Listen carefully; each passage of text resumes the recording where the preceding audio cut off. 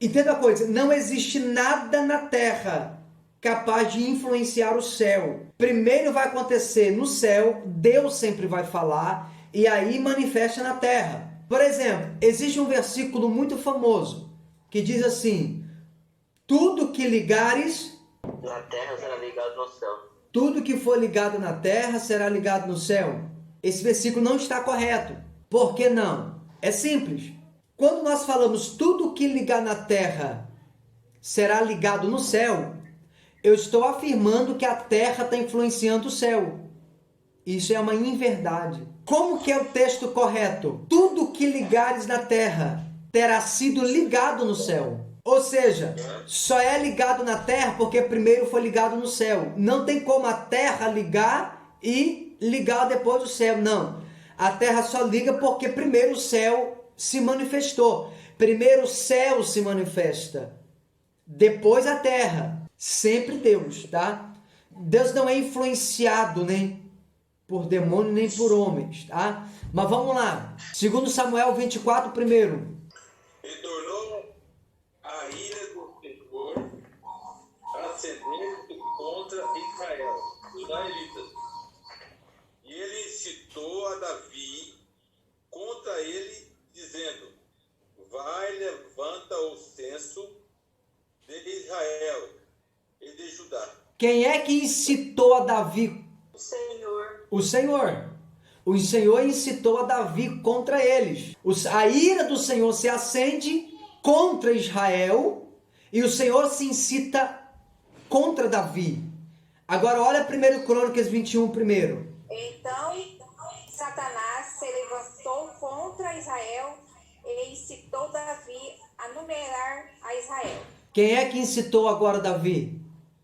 Satanás. Então você observa que um texto está dizendo que foi Deus, que foi o Senhor.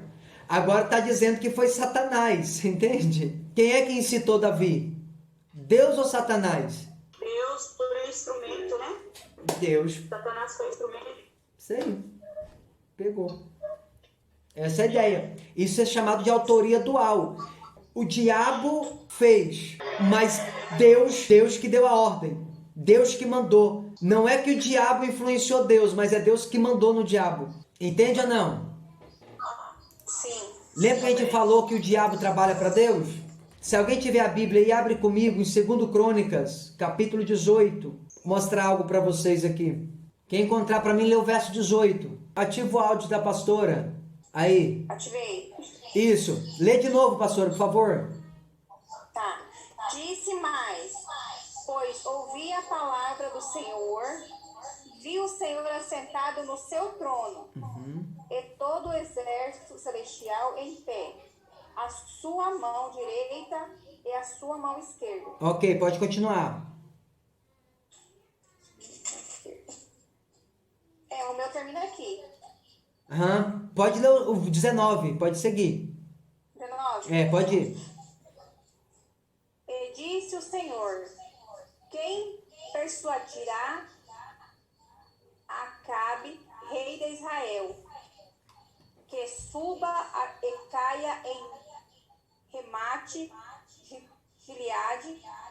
Disse mais, um diz desde maneira, outro diz de outra. Continua. Então saiu um espírito e se apresentou diante do Senhor e disse, eu vou persuadirei. E o Senhor lhe disse, com que? Continua. E ele disse, eu sairei um espírito de mentira na boca de todos os seus profetas. E disse o Senhor, tu, ó, persuadirás e também prevalecerás. Sai, faça assim. Olha que louco. Olha que louco. O espírito de mentira, o diabo se apresenta e fala assim, ó, fica tranquilo, Deus está procurando. Olha que louco. O Senhor está dizendo assim, quem persuadirá Acabe, rei de Israel, para que suba e caia em Ramote de Gileade? Aí um dizia uma coisa, o outro dizia outra. Então saiu um espírito e se apresentou diante do Senhor. Dá para entender? E ele disse, eu persuadirei. E o Senhor disse, como que você vai persuadir eles? Como que você vai fazer isso? Aí ele diz, eu sairei e serei um espírito de mentira na boca dos teus profetas. E o Senhor disse, tu persuadirás e ainda prevalecerás. Sai e faz assim. Olha que louco. O espírito de mentira está dizendo, eu vou ser um espírito de mentira na boca dos teus profetas. Deus está falando, então pode ir que a vitória é sua. Meu Deus. Pegou na... Olha que louco. O próprio Deus, irmão, é como se Deus estivesse dizendo assim, ó, Satanás, pode ir que a vitória é sua. Vai sair, ainda vai prevalecer, vai sair, ainda vai ganhar. Os profetas é de Deus, olha o que está dizendo. Eu vou ser um espírito de mentira na boca dos teus profetas. E Deus diz assim, pode ir. Seja um espírito de mentira na boca dos meus profetas. Tu vai prevalecer. O inferno trabalha. O diabo trabalha. Tudo que Deus te manda da ordem, ele tem que obedecer. Não tem como. É por isso que quando manifesta um demônio, irmão, quando você coloca a mão, ele tem que sair. Porque ele não tem segunda opção. Você fala, sai em nome de Jesus, ele vai ter que sair. Está nas nossas mãos a autoridade que o Senhor entregou para a igreja. Entende ou não? A Bíblia vai dizer que o Senhor incitou a Davi contra Israel, e o outro texto vai dizer que foi Satanás que incitou Davi contra Israel. Mas na verdade, é Deus que deu a ordem e ele incita. Ele incita Davi. Entende? O que é isso? É autoria dual. Então assim, tá errado falar que é Deus? Não. Tá errado falar que é o diabo? Também não. É uma autoria dual. Mas que é louco né? É forte. É forte. É a ideia que eu quero mostrar é o seguinte, é que o diabo ele obedece a Deus. É que Satanás obedece a Deus. É que o reino das trevas está sujeito ao reino da luz. Que o reino do diabo está sujeito ao reino de Deus. Essa é a ideia que eu quero mostrar. Prevalecerá, né? Exatamente, né? Mas vamos dar sequência aí, pessoal. Na página 46, se você tiver com a apostila, nós vamos dar uma pincelada sobre o Pentateuco. Vocês já ouviram falar no Pentateuco, irmãos? Já ouviram falar essa palavra alguma vez aí? Pentateuco? Penta é alguma coisa que significa 5, né, pastor? Isso, exato. Pentateucos. A palavra Pentateuco vem do grego Pentateucos, que significa 5 livros. Amém.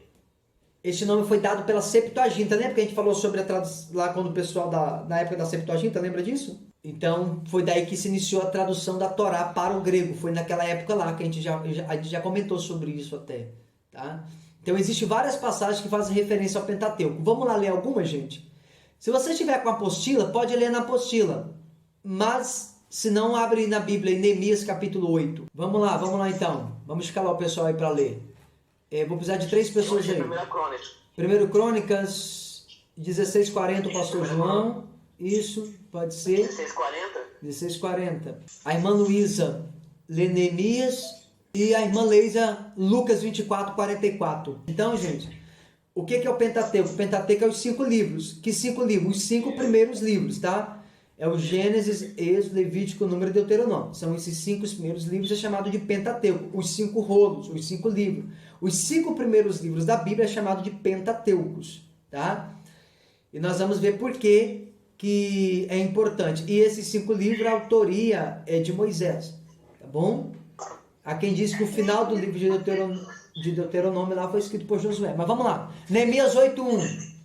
Quando chegou o 7º mês e os israelitas tinham se instalado em suas cidades, todo o povo juntou-se como se fosse um só homem na praça, em frente da porta das águas.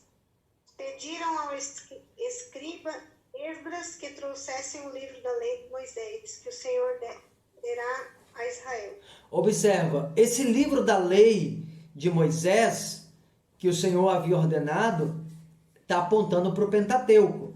Então você vai perceber que Esdras, ele vai se apresentar na praça e vai começar a ler. Ou seja, a primeira pregação na praça aí começou por ele, né? E ele está lendo exatamente o livro da lei. 1 Crônicas 16. Para oferecerem ofertas queimadas continuamente ao Senhor sobre o altar da oferta queimada pela manhã e ao entardecer. E para fazerem segundo tudo o que está escrito na lei do Senhor, a qual ele ordenou a Israel. De novo, esse escrito da lei do Senhor está apontando para o Pentateuco, né? Lucas 24, 44. E disse-lhes: são estas as palavras de estando ainda convosco. Convinha que se cumprissem tudo o que de mim estava escrito na lei de Moisés, e nos profetas e nos salmos. Olha que coisa interessante. O Senhor está dizendo que tudo ia se cumprir. Tudo que foi escrito na lei de Moisés, tudo que foi escrito pelos profetas, tudo que foi escrito nos salmos. Ou seja, tudo que está no Antigo Testamento está apontando para Cristo. Tudo se cumpriu em Cristo. Então, você observa, convinha que se cumprisse tudo o que de mim estava escrito na lei de Moisés. Então, tudo que se falou de Cristo se cumpriu. Então, vamos lá, gente, vamos dividir aqui. O que é o Pentateuco? É a lei, é a Torá. A Torá é a lei de Moisés, os 5 primeiros livros. É o Gênesis, Êxodo, Levítico, Número e Deuteronômio, ok? Nós vamos falar mais para frente que o primeiro livro da Bíblia a ser escrito não foi Gênesis, foi Jó. O primeiro livro a ser escrito não foi Gênesis, foi Jó, tá? Só que isso é um assunto para outra hora. Mas a ideia é, o Pentateuco são esses 5 primeiros livros, porque conta a história do início, tá? Que é o Gênesis, Êxodo, Levítico, Número e Deuteronômio. Quem são os profetas? Vem os profetas anteriores, que é Josué, Juízes, Samuel e Reis, que a gente vai encontrar ali os profetas nesses livros.